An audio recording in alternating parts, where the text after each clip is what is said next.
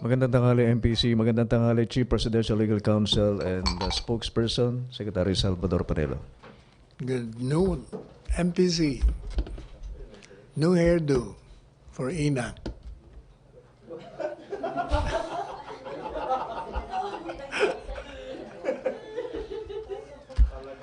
Wala si Pia again. They're going to the Ilocos again. What's there in Ilocos? Some bridge. Bridge or road? Bridge opening? Yeah. Question, sir? Thank you very much.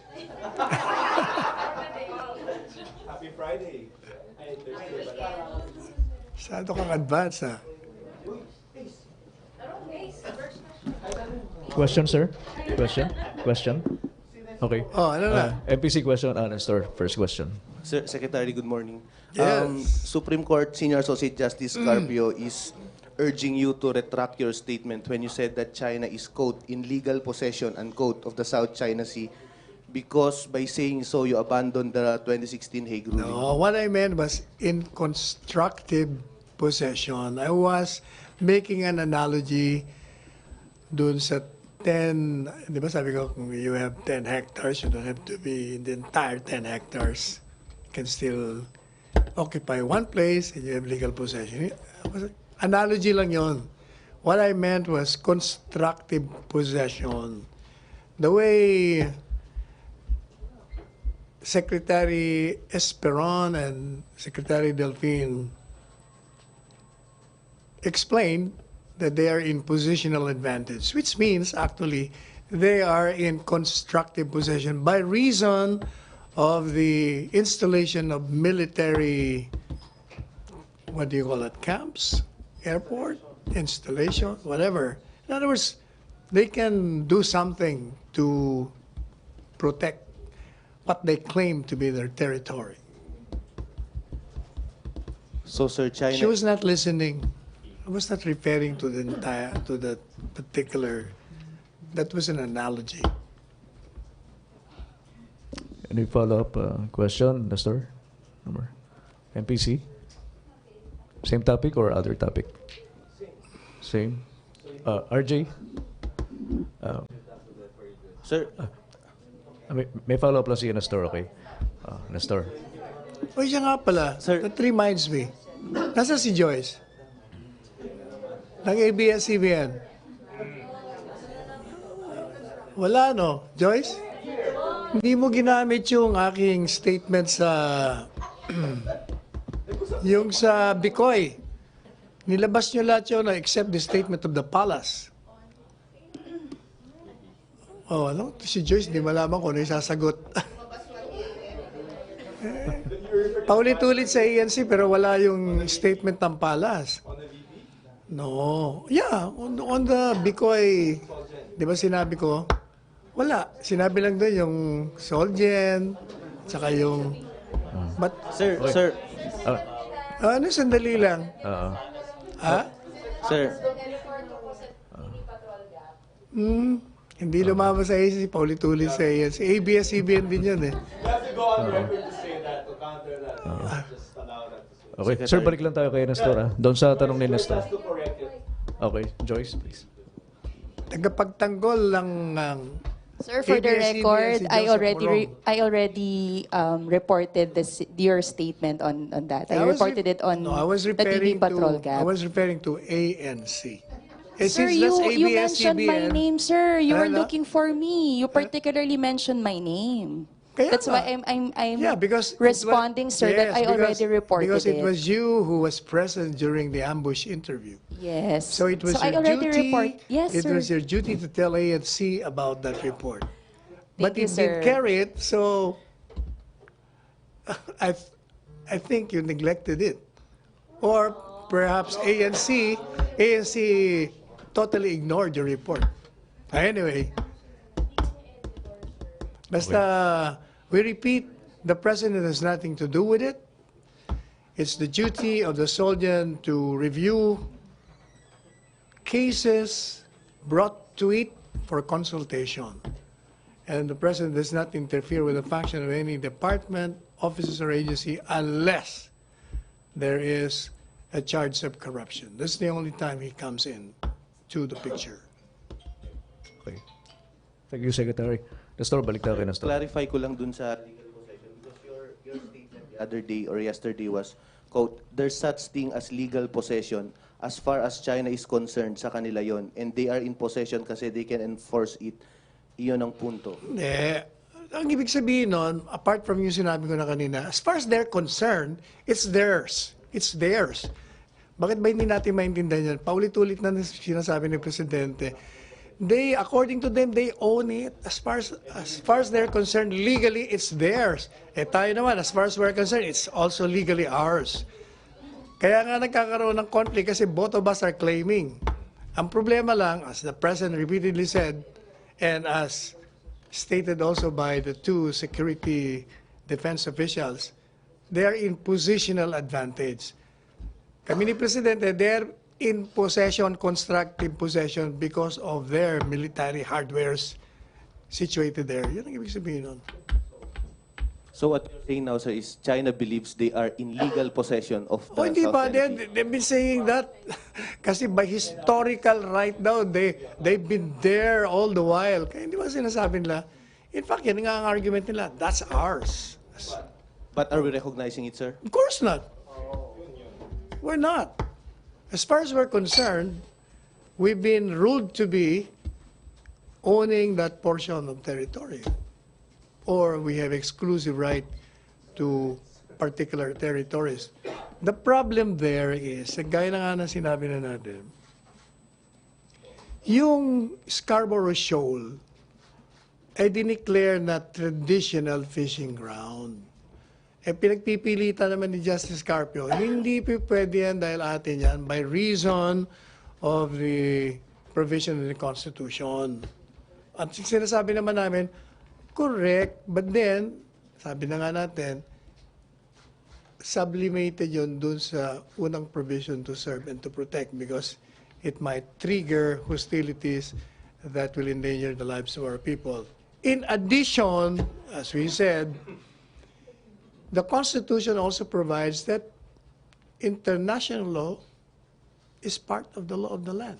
So kung yung arbitral ruling, sinasabi na pwede dun sa Scarborough Shoal, which is within the 200 nautical miles, di nare-recognize din natin. Ba't nila pinagpipilitan sabihin, hindi natin nare-recognize kasi yan ang Constitution. Yun din ang Constitution natin, nare-recognize natin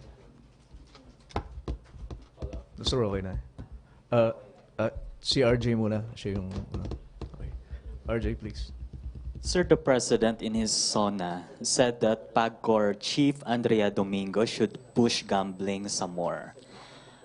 And he said that after he commended her agency's high revenues. Does that mean, sir, that he will now lift his moratorium on new casinos?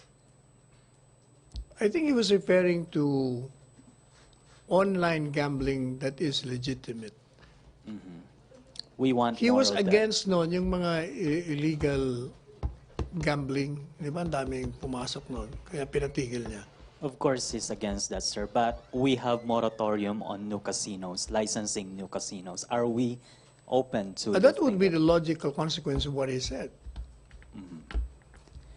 All right, sir. Thank you, sir. Thank you. Balik lang tayo doon sa sa tanong ni Nestor. May follow-up yata si Joseph saka si Alexis. Okay na. Other issues? Tina. Sir, si Congressman Rodriguez filed the concurrent Who's resolution. Congressman Rodriguez? Marami yata Rodriguez na. Cagayan de Oro City. Si Congressman Rufus. Yes, Rufus. Sir, concurrent resolution number 1 which seeks to change the economic and political provisions of the Constitution. Although the President did not mention some of the key economic bills How will he pushed by amend the constitutional provision? Congress? Kailangan Constituent Assembly muna. Or CONCON. So, tina-thumb down niyo, sir, yung proposal. Hindi. Sinasabi ko, how can he make that proposal as a member of Congress? Baka sinasabi niya lang na, we want to...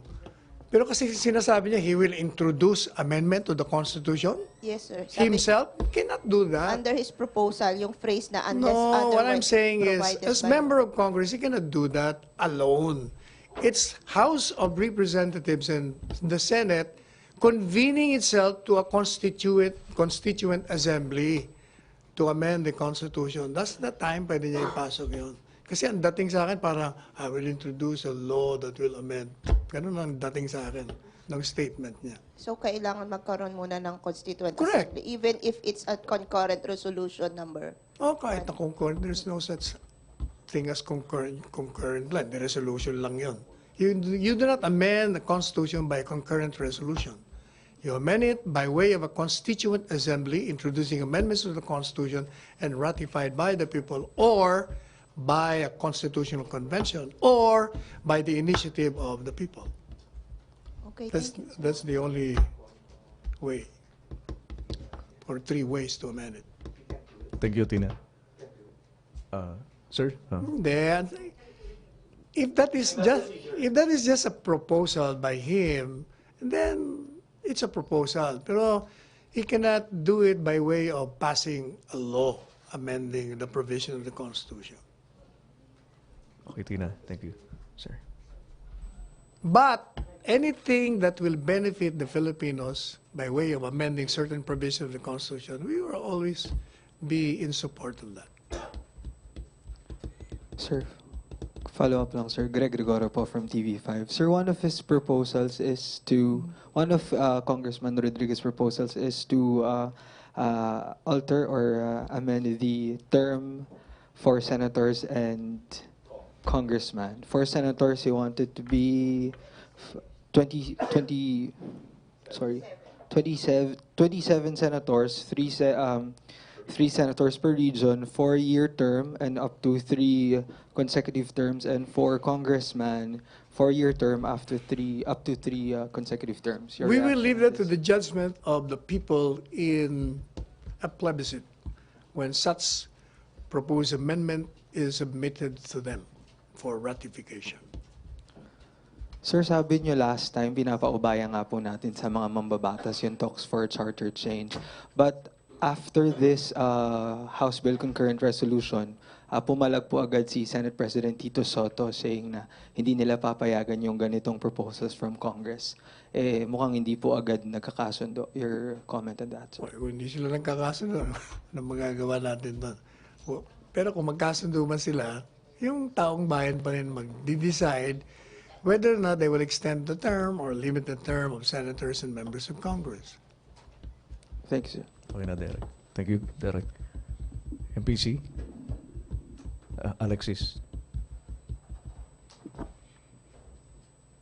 Si Attorney Gadon just said na he's planning daw to file impeachment against Vice President Leni Robredo.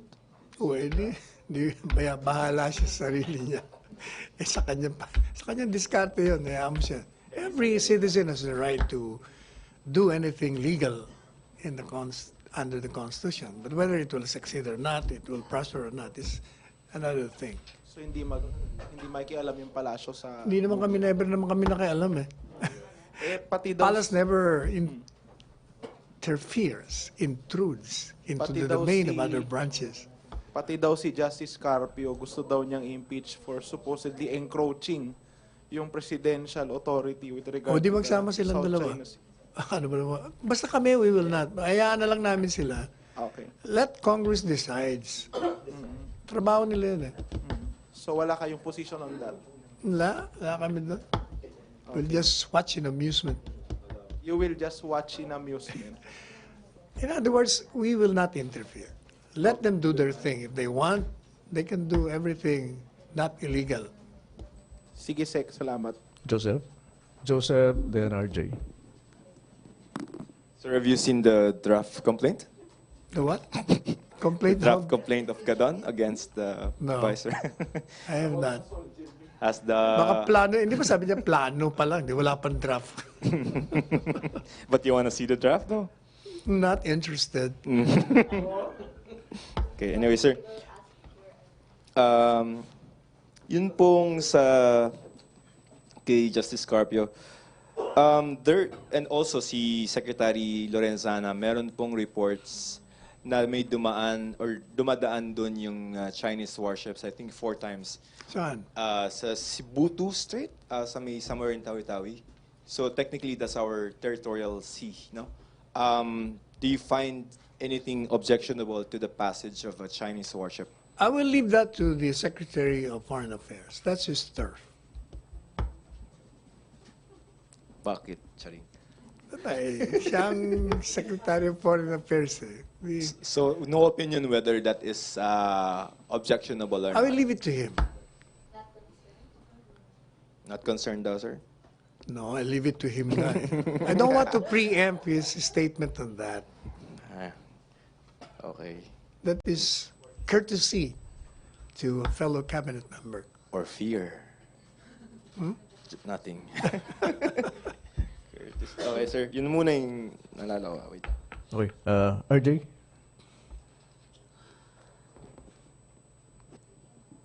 Sir, is the president dropping his promise to double the salaries of teachers after he said it di will ba just be he- a little bit Di ba he bigger? touched that Yes. in his zona, sabi niya, kasama dun sa But standardization. what he said was just it will just be a little bit bigger. That's far from doubling the Yeah, ang salary. ibig sabihin ni Presidente, habang wala pa yung budget, yan muna, papunta tayo doon.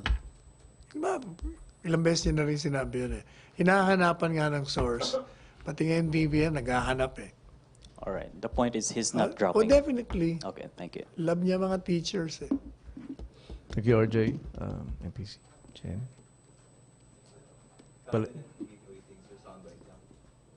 Meron ba? Meron? May announce naman cabinet meeting? Yung soundbite purposes lang, yung pong 51% na rating sa you. Okay. Yeah, So, we're pleased to note that the rating, for the first time, the cabinet improved by from what? From good to very good. That should propel us, or members of the cabinet, to be inspired to work harder and help the president achieve his goal of uplifting the status of the Filipino people, give them comfortable lives, give them peace and security.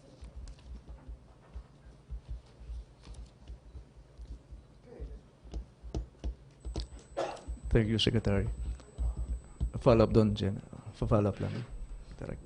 Sige. Sir, is the President satisfied with the performance of the Cabinet? Will he still pursue the minor revamp of the team?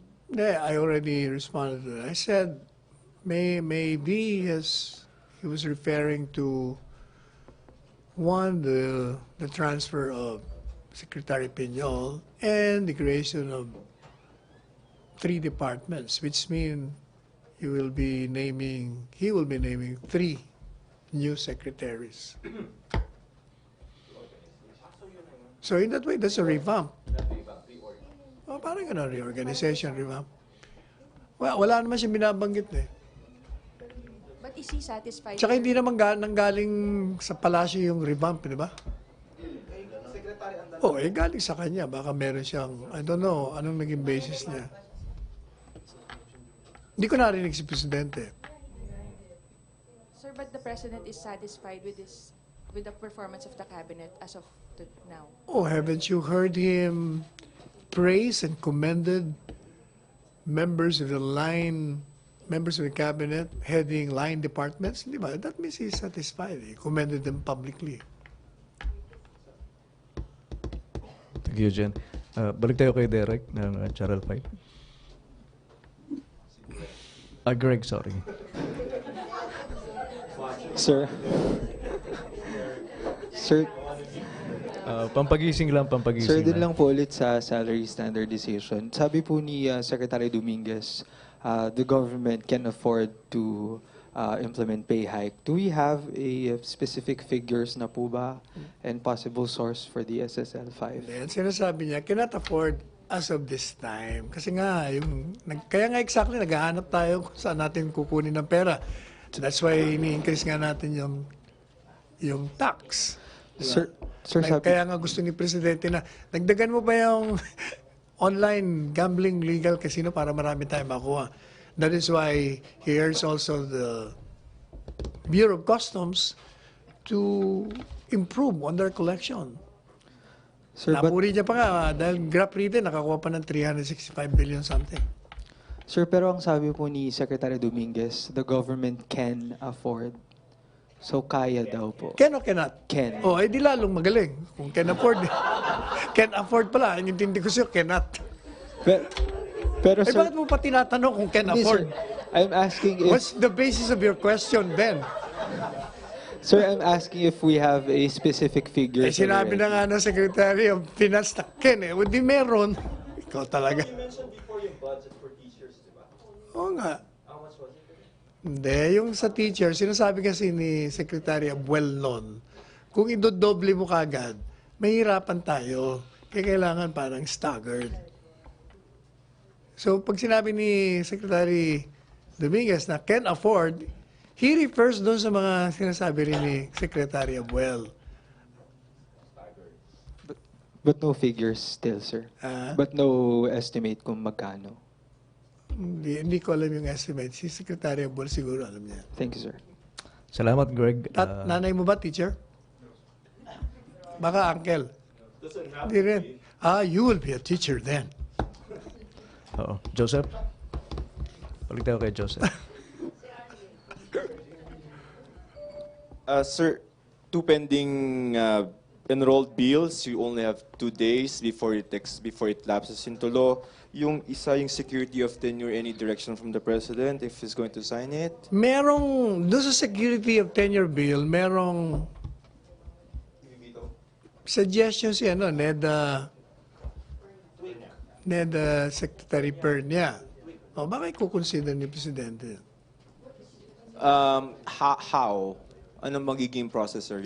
He has an enrolled bill that he's studying. Kaya nga, And baka certain provisions will be vetoed. Consistent with the proposal. Line Bakit naman item? hindi? Kung meron dong provision na niririakan ni NEDA Secretary Pernia, baka hindi niya palusutin. But naki-presidente pa rin yun, hindi natin alam. No, sir. Ang sa line item vetoing is allowed only in the budget. Sa law is either you like it or you don't, right?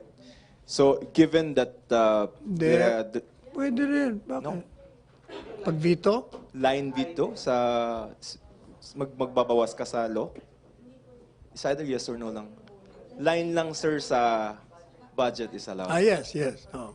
Pag sa law is either you like it or you don't, di O ba? kaya nga, kung if the President feels that the observations of Secretary Pernia is a good reason to vetoing the bill, he will. After all, if you veto the bill, members of Congress can always introduce amendments or pass another bill for the signature of the President. So, depende. It's the President's call kung yung suggestion ni Secretary Pernia, he will heed. Sir, is it true that there are people lobbying sa palasyo not to sign it? Because I think, I don't know, Senator Joel is saying that may mga naglalabi sa palasyo for the President not to sign the security of tenure law. Ang alam ko, may nababasa ako sa diaryo ng mga opposing it, mga business sector. Pero walang Siguro they bumubulong. will be affected by it. But, kasi sir, this is a campaign promise, is it? Or is it one of the key projects of the President? How is he going to then balance his own words, promise, Hindi versus the interests of the businesses? In other words, hahanap ka ng win-win solution. Kung ano yung opposition ng business sector, pwede naman hanapan ng compromise yun eh. So if he will veto the bill, then a member of Congress can introduce another one with the win-win compromise solution. O, di ba? Everybody happy. Okay. Oh, enough follow-up. Sir, just to be clear, are you saying that the President is inclined to listen to the advice of the NEDA Secretary? What I'm saying is the President is always open to suggestion. He rationalizes. If he feels that signing the law will create not beneficial effects to the major players, he might consider vetoing it. But if he does not feel that way, he will sign that into law. Ganun naman si Presidente. So hindi pa pala, sir, certain because there's just 2 days No, left. hindi pa natin alam kung... He's just open to all. Okay, thank you, sir. But the Thank you. buck stops in his table. Other topic, Nestor? Balik tayo kay Nestor. Sir, the President previously mentioned that the freedom of information is one of his priority legislative agenda. Why did he not include it in his fourth State of the Nation address, considering that FOI Executive Director Chris Ablan said Malacañang asked that it be included in the President's speech? Kaya siguro hindi na kailangan dahil meron na nagpupush dun sa Congress. Last, ano pa yan, di ba? Last 3 years ago pa yan. The President still supports the Oh yes, bill, of sir. course. The fact is he issued an executive order on freedom of information precisely to show Congress that it takes only political will to do that. And he showed it by example. Thank you, sir. Maraming salamat, Nestor. Badet? Mike, please. Secretary, meron na po bang kapalit si Agricultural Secretary Manny Piñol? Wala pang nababanggit si Presidente. Okay, sir. Thank you, sir. NPC? NPC, questions? Okay na? So Joseph, okay. Sir, yung tobacco excise, sabi ng DOF kahapon, parang nag-commit DF? DOF, sir. Parang nag-commit na before it lapses on the 27th, the President would be able to sign it. Eh baka nakausap niya si Presidente. We don't know, is that from your level, sir? Na No, wala pang nababanggit.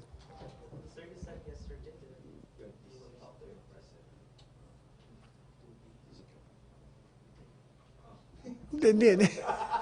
Hindi ko alam kung nagkausap silang dalawa. Kasi kahapon, wala naman siya dun sa...